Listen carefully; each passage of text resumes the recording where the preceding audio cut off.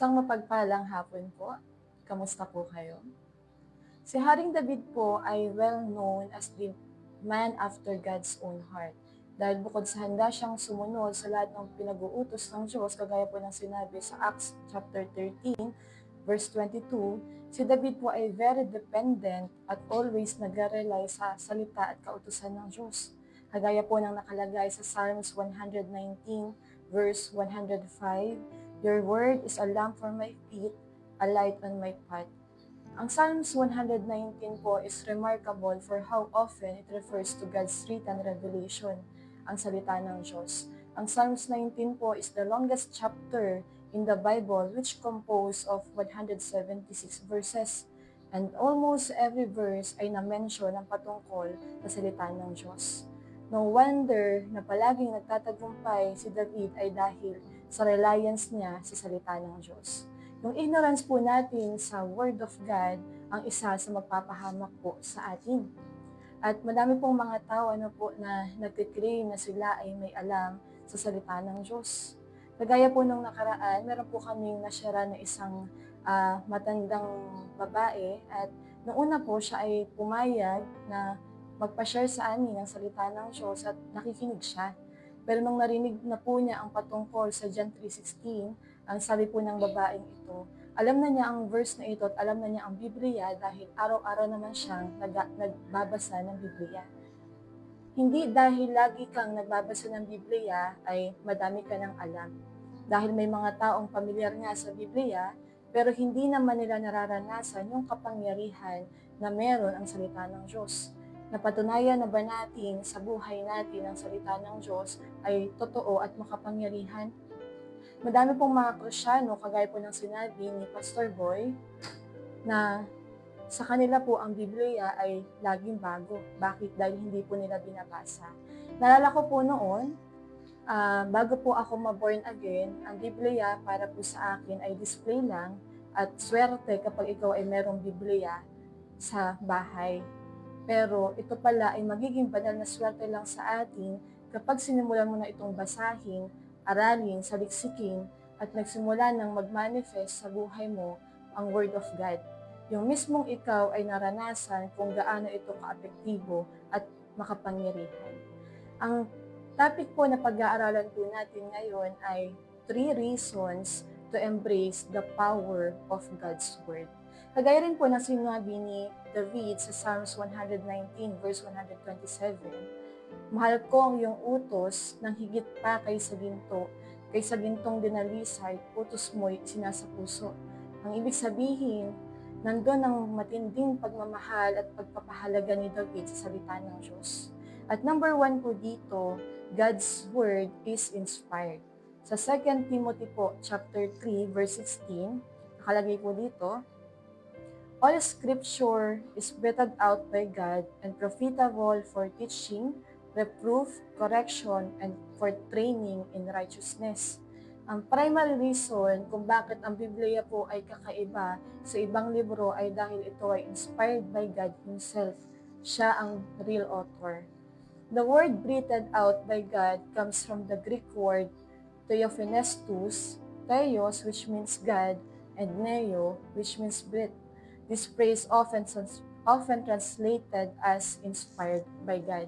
So yung letter A po ng number 1, ang nakalagay po dito na it pierces the heart.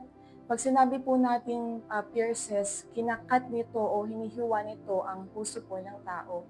At dito po sa Acts chapter 2, ito po ay patungkol ito po ay yung time na mga alagad po ay nagtipon-tipon sa araw po ng Pentecostes. At habang sila po ay nagkakatipon-tipon, dumating po ang banal na spirito sa kanila at sila ay nagsimulang mapuspos at makapagsalita sa iba't ibang wika. At nung sila po ay napuspos ng banal na spirito at nagsimulang makapagsalita sa iba't ibang wika, marami po ang nakarinig sa kanila, ngunit may mga tao na namangha at meron din namang nagtaka. Mailan pa na nagsabi ng pakutya na sila ay lasing lamang at hindi sila naniniwala patungkol sa Mesaya. At dito na po nagsimula na si Pedro ay mangaral sa Judea at Jerusalem. At ang naging resulta po dito po sa Acts chapter 2 po, verse 37, nabagabag ang kanilang kalooban nang marinig ito, kaya tinanong nila si Pedro at ang ibang mga apostol, "Mga kapatid, ano ang dapat naming gawin?" Sa English po ang nakalagay po doon, "They were cut to the heart." Naintindihan na nila kung ano ang ginagawa ni Pedro. At sa verse 41 po, ito po yung naging bunga ng kanilang ginawa. Sabi dito, madami ang nagpabautismo at nadagdagan ng mga alagad ng 3,000. Ang isa pa pong reason kung bakit naging madali sa mga taong ito na makinig at tanggapin ang pangangaral ni Kristo sa kanila ay dahil una pa lang, kagaya po ng binanggit ko po kanina sa Acts chapter 2 po, na una pa lang po, nung time na bumaba ang banal na spirito sa kanila at sila po ay makapagsalita sa iba't ibang wika, meaning sila po ay nanalangin. Ang ibig sabihin mga kapatid, ng isang rason kung bakit nadagdagan ng mga alagad ng 3,000 ay merong backup ng panalangin. Kaya nung narinig po nila ang word of God, madali nang nahiwa ang puso nila. At ang mga taong pong ito ay nagbalik loob sa Diyos at hindi lang po doon natapos. Ang mga tao pong ito ay nag-decide din na maglingkod sa Panginoon. Hindi po ba ito ang pangarap natin? Na tayo po ay makakita ng mga taong maliligtas. Hindi lamang po yung masyasyaran po natin sila, kundi sila po ay makaka-attend, makakapagpatuloy at magde-decide na maglingkod sa Panginoon. Sa lahat ng ginagawa po natin, maganda na ang bawat ginagawa po natin ay may backup ng panalangin. Hindi tayo maaaring magkulang sa bagay na ito. Kagaya nga po ng binabanggit sa atin ni Pastor Boy, na habang lumalaki ang ministry mo, dapat mas lumalaki din ang oras ng pananalangin mo. Kaya nga hindi po pwede na tayo po ay humahayo, nagtuturo o nangangaral ng salita ng Diyos na walang panalangin. Mas madali po sa banal na spirito na tayo ay kausapin at gamitin kapag tayo po ay babad sa Kanya. At kagaya nga rin po ng nakalagay sa Matthew chapter 10 po, verse 20, na sa sandaling tayo po ay magsalita, hindi po tayo magsasalita kundi ang banal na spirito. At ito po ay mangyayari lamang kung number 1, tayo po ay babad sa prayer, at number 2, tayo po ay babad sa Word of God. May mga tao po tayo may encounter na masyado pong matitigas ang puso po nila. Amen po? Pero yung panalangin natin at luha para sa mga taong ito ang magpapalambot ng puso nila. At kapag nagsimula na tayong mangaral ng salita ng Diyos sa mga taong ito, makikita po natin kung gaano makapangyarihan ang salita ng Diyos na makakayang hiwain ang puso ng mga taong ito at makikita natin ang dami ng taong magbabalik loob sa Diyos. Hindi lamang po sila magbabalik loob, kundi maglilingkod sila dahil ang Word of God ay inspired by God and breathed by God. Nalala ko rin po nitong nakaraan, meron po kaming isang matanda ulit na nasyaran. Ang pangalan po niya ay Luzon, Visayas at Mindanao. Ang pangalan po ng nanay na ito ay si Nanay Luz Biminda. So nung siya po ay sinasyaran po namin, nakikita ko po na siya ay tiri-ay na.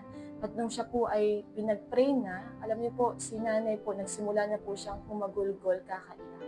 Bakit po? Dahil ang salita ng Diyos ay nagkaroon na ng epekto sa kanya. Magagawa po ng Word of God na i-convict ang sinumang nakakarinig nito. Magagawa po ng salita ng Diyos na i-comfort tayo at i-encourage po tayo.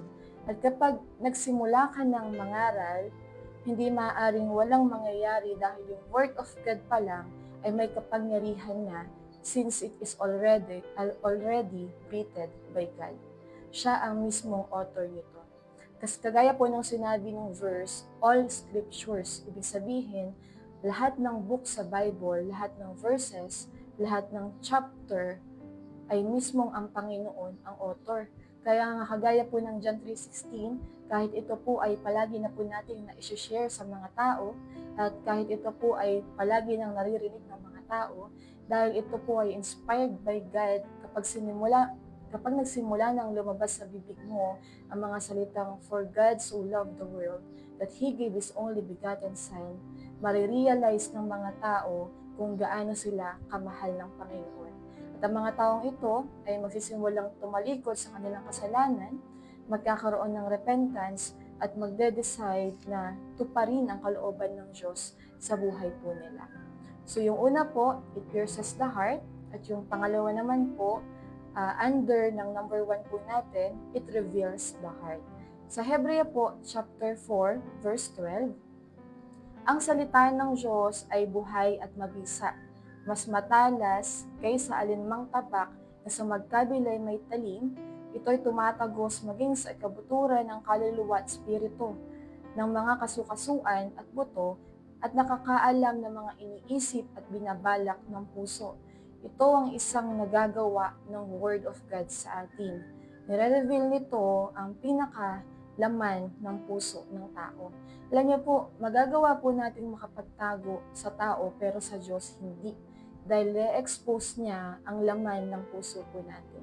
Sa English po, ang nakalagay dito, "For the word of God is alive and active, sharper than any double-edged sword.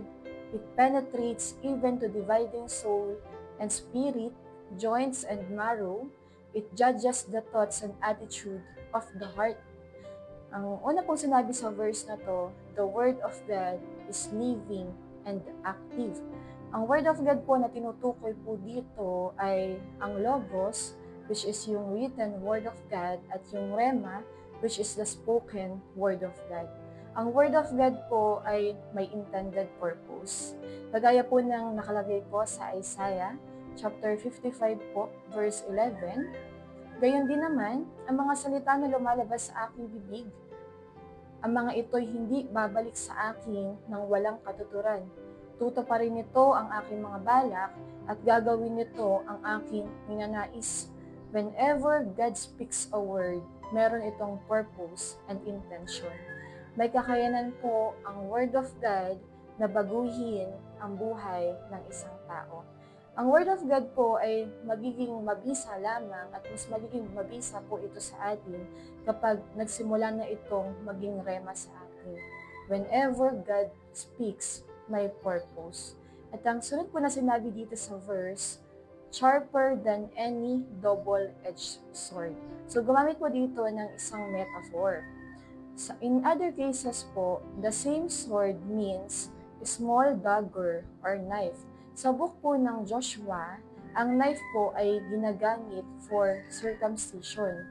Hindi sila gumagamit ng malaking espada, kundi ng maliliit na kutsilyo. At dahil ito ay talagang matalas, ginagamit nila ito bilang scalpel. At ang scalpel po ay ginagamit for surgery. Ang sunod po na sinabi dito sa verse, it penetrates to dividing soul and spirit, joints and marrow. Hindi po madali na ma-discern ang differences between soul and spirit. Inside our bones po ay may 3 parts kasi sa ibang translation po, ang ginamit po doon ay joints and bones. So inside po sa bones natin, ito po ay may 3 parts. Meron pong marrow, which is yung marrow po ay surrounded by the actual bone cells at yung outside membrane. Hindi ito madaling pag-iwahiwalayin.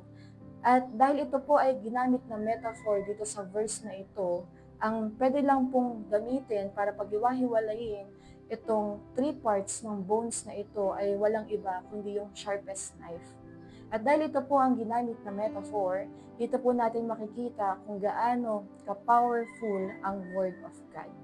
At sa pong binanggit, it judges the thoughts and attitude of the heart.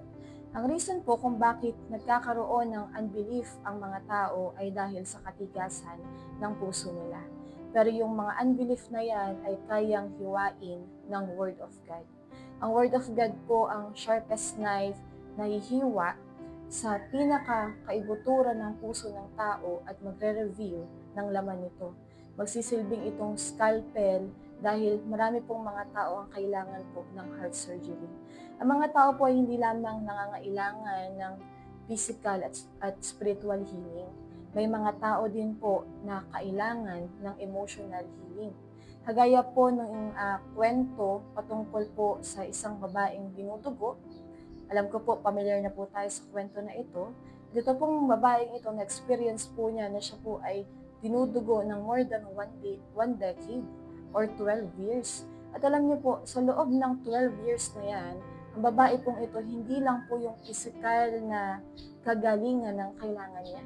Kasi dahilan po sa kondisyon niya, alam niyo po, may mga bagay siya na hindi pwedeng gawin. Ang isa po dito, kagaya po ng sinabi po sa religious law sa Leviticus, dahilan sa siya po ay dinudugo, ito pong babaeng ito, lahat ng hawakan niya ay magiging marumi. At pangalawa po, hindi po siya maaaring pumasok sa loob ng templo, meaning hindi po siya maaaring sumamba at magsakripisyo. At dahilan sa ang lahat ng hinahawakan ng babae pong ito ay madumi, marami din pong mga tao ang lumalayo sa kanya. So, ibig sabihin, kung sa loob ng 12 years, ganito po ang nangyayari sa babaeng ito, ang ibig sabihin mga kapatid, hindi lamang yung spiritual at physical na healing ang kailangan niya, kundi kailangan din niya ng emotional healing. Yung mga tao pong dumadaan sa depression and hopelessness, Word of God ang isa sa makakapagpagaling sa kanila. At ito ay mangyayari lang kapag nagsimula ng matanim sa heart nila ang Word of God na siyang magre-reveal ng tunay na kondisyon ng puso ng mga taong ito. So yung number 1 po sa tinapik po natin, ang God's Word po ay inspired. At under po nito, una, it pierces the heart, and yung pangalawa po, it reveals the heart. So ang Word of God po, ito ang magre-reveal ng pinakalaman ng puso po ng tao. Isang mapagpalang hapon po muli sa bawat isa. Sige po, tayo po ay manalangin. Salamat po, O Diyos, sa oras na ito, O Lord, sa mga bagay na itinuro mo sa amin, Panginoon. Dalangin namin, O Diyos, sa matutunan pa namin na saliksikin ka sa pamagitan ng iyong salita, O Lord, dahil alam namin, Panginoon, na malaki ang nagagawa ng salita mo. Ito ay makapangyarihan, ito ay mabisa, O Diyos. Dalangin namin, O God, na makilala ka pa namin, Panginoon. Salamat po, O Diyos, pinupuri ka namin at sinasamba sa pangalan ni Jesus. Amen. Maraming salamat po and God bless po.